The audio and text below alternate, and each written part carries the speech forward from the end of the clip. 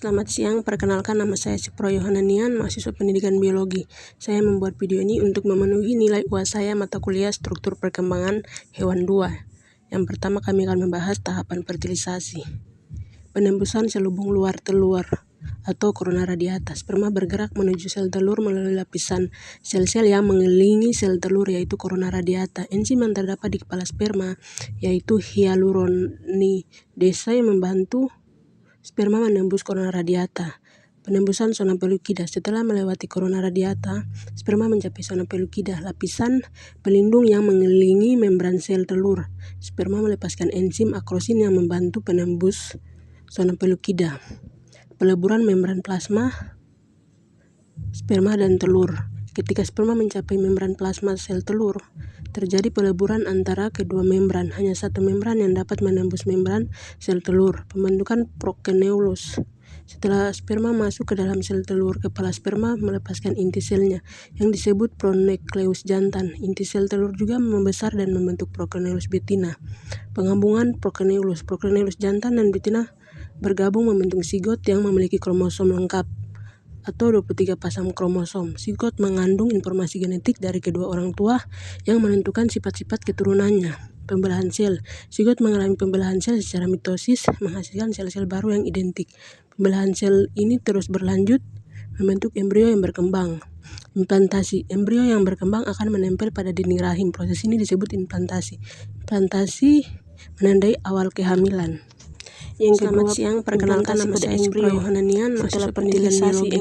Saya membuat video ini untuk memenuhi nilai UAS saya mata kuliah struktur perkembangan hewan 2. Perjalanan ini, Yang pertama kami akan membahas tahapan sel berulang kali, fertilisasi. membentuk bola Penembusan selubung luar telur atau korona radiata. Sperma bergerak menuju sel telur melalui lapisan sel-sel yang mengelilingi sel telur yaitu korona radiata. Enzim yang terdapat di kepala sperma yaitu hyaluronidase yang membantu sperma menembus korona radiata. 6-7 hari setelah fertilisasi, blastosit menempel pada lapisan endometrium, biasanya di bagian atas rahim. Yang mengelilingi Setelah menempel, membran sel blastosit telur. mulai Sperma menembus melepaskan lapisan enzim akrosin endometrium yang membantu penembus menggunakan zona enzim yang pelukida. dihasilkan oleh Peleburan sel-selnya. membran plasma Proses ini memakan waktu beberapa hari. Setelah sperma dan blastosit telur. tertanam di Ketika sperma sel-sel mencapai membran plasma mulai sel telur, berkembang menjadi peleburan berbagai jaringan yang kedua membentuk membran. Hanya embrio satu dan membran yang plasenta. dapat menembus Plasenta membran adalah organ sel yang telur. menghubungkan embrio dengan aliran darah Prokeneulus. ibu, menyediakan Sperma nutrisi masuk ke dan dalam sel oksigen, telur, serta kepala membuang sperma limbah. melepaskan inti Setelah selnya implantasi yang disebut selesai, kehamilan pronukleus berlanjut jantan. Inti dengan sel telur pertumbuhan juga dan membesar perkembangan dan embrio membentuk yang prokeneulus berkelanjutan.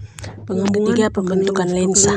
Proses pembentukan lensa diawali dengan induksi dari ektoderm permukaan oleh vesikel optik. Vesikel optik adalah imaginasi dari otak embrio yang akan berkembang menjadi retina mata.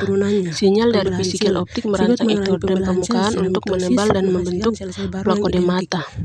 Blokode lensa adalah struktur berbentuk cakram yang terdiri dari sel-sel epitel yang terorganisir secara padat. Sel-sel blokode lensa mulai berproliferasi dan bermigrasi ke dalam, membentuk lekukan yang disebut lekukan lensa.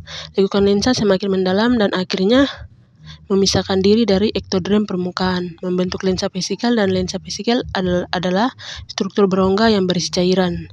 Sel-sel di dinding belakang lensa vesikel mulai berdiferensiasi menjadi sel-sel lensa primer. Sel-sel lensa primer kehilangan organelnya dan menjadi transparan, membentuk inti lensa. Sel-sel di dinding depan lensa vesikel tetap sebagai sel-sel epitel lensa. Yang keempat, notochord, pembentukan lempeng saraf. Setelah gastrulasi, lapisan ektoderm embrio mengalami induksi oleh notochord, sebuah struktur yang terbentuk dari mesoderm. Induksi ini menyebabkan sel-sel ektoderm di atas notochord berdiferensiasi menjadi lempeng saraf. Lipatan lempeng saraf. Lempeng saraf kemudian mulai melipat ke dalam pembentukan lekukan yang disebut sulcus saraf. Punggung lekukan ini kemudian bertemu dan menyatu membentuk tabung saraf. Penutupan tabung saraf. Penutupan tabung saraf dimulai dari bagian tengah embrio dan menyebar ke arah kepala dan ekor.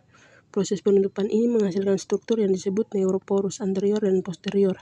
Pembentukan sistem saraf pusat. Setelah tabung saraf tertutup, sel-sel di dalamnya mulai berdiferensiasi menjadi berbagai jenis neuron dan sel glial. Tabung saraf kemudian berkembang menjadi otak dan sumsum tulang belakang.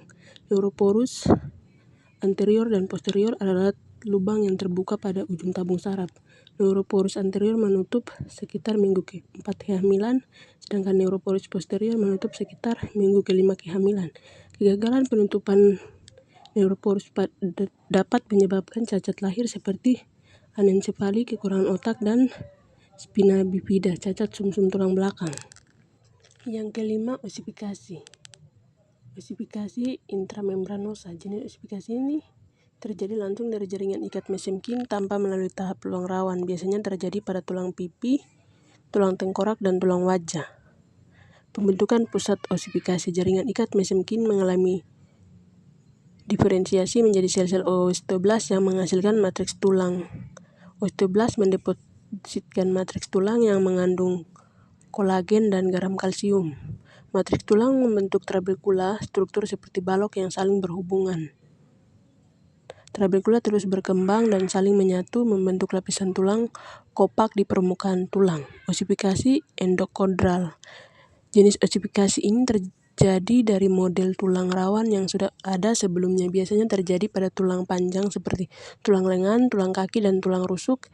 Jaringan ikat mesenkim mengalami diferensiasi menjadi sel-sel kondroblast yang menghasilkan matriks tulang rawan lain. Sel-sel kondroblast di bagian tengah model tulang rawan mengalami hipertrofi, membesar, dan mati. Pembuluh darah masuk ke dalam model tulang rawan yang membawa sel-sel osteoblast. Osteoblast mendepositkan matriks tulang di sekitar sisa-sisa tulang rawan, membentuk tulang kopak. Pusat osifikasi sekunder terbentuk di ujung tulang panjang, membentuk tulang spons. Tulang panjang terus bertumbuh dan memanjang di pusat osifikasi sekunder yang disebut lempang efisis. Yang keenam, pembentukan jantung. Pada minggu ketiga, dua lapisan sel yaitu mesodrem plantatik dan mesodrem lateral membentuk dua tabung jantung primitif di bagian ventral embrio. Kedua tabung ini kemudian menyatu menjadi satu tabung jantung tunggal yang terletak di garis tengah tubuh. Tabung jantung kemudian bengkok membentuk bentuk S yang khas dengan bagian atas yang lebih besar dan bagian bawah yang lebih sempit. Pembengkokan ini membantu pembentukan atrium dan ventrikel jantung. Selama minggu ke-4, septum dinding memisah berkembang di dalam jantung, memisahkan atrium kanan dan atrium kiri, serta ventrikel kanan dan kiri. Pembentukan septum ini memungkinkan darah untuk mengalir melalui jantung secara terpisah, tanpa campuran antara darah yang kaya oksigen dan darah yang miskin oksigen. Katup jantung yang mengatur aliran darah antara atrium dan ventrikel mulai berkembang selama minggu ke-4 dan ke-5. Katup ini memastikan bahwa darah mengalir dalam satu arah melalui jantung. Pembuluh darah yang menghubungkan jantung dengan organ-organ tubuh lainnya seperti aorta dan vena cava juga mulai berkembang selama minggu ke-4. Pembuluh darah ini membawa darah kaya oksigen dari jantung ke seluruh tubuh dan membawa darah miskin oksigen kembali ke jantung.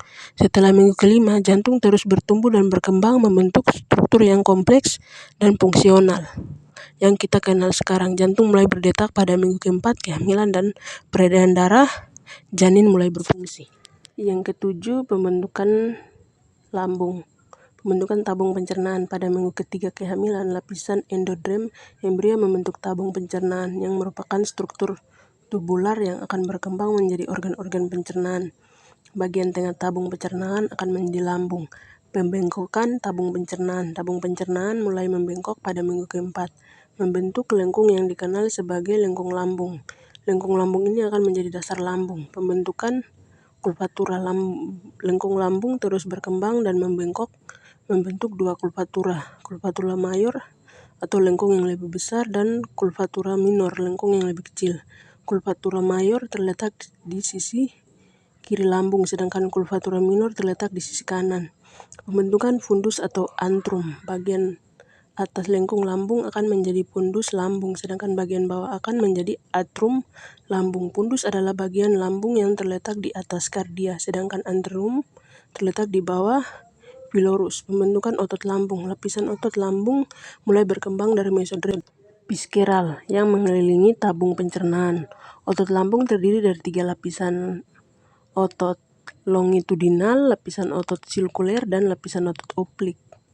Pembentukan mukosa lambung. Lapisan mukosa lambung yang melapisi bagian dalam lambung mulai berkembang dari endodrem mukosa lambung mengandung kelenjar lambung yang menghasilkan asam lambung, enzim pencernaan, dan lendir. Pembentukan perut setelah minggu kelima, lambung terus bertumbuh dan berkembang. Pembentukan organ yang kompleks dan fungsional yang kita kenal sekarang. Lambung mulai berfungsi pada minggu ke-8 kehamilan. Sekian presentasi dari saya. Mohon maaf bila ada salah kata dalam penyampaian materi. Terima kasih.